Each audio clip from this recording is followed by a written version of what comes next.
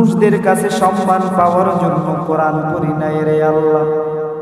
বড় মসজিদে খতমে তারাবি পড়াইব, 27শে রমজানের দিন 50,000 টাকা 60,000 টাকা হাদিয়া দিবে, এজন্য কোরআন পড়ি নাই রে আল্লাহ। আল্লাহর কাছে বলতে হবে, আল্লাহ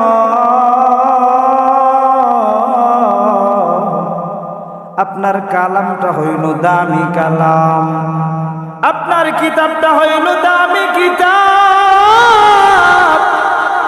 দুনিয়ার স্বার্থ হাসিলের জন্য, দুনিয়ার মুহাব্বতের জন্য, দুনিয়া ফায়দা হাসিলের জন্য, দুনিয়াবি সম্মানের জন্য আমি আল্লাহ তোমার কোরআনকে আমি মুখস্থ করি নাই রে আল্লাহ।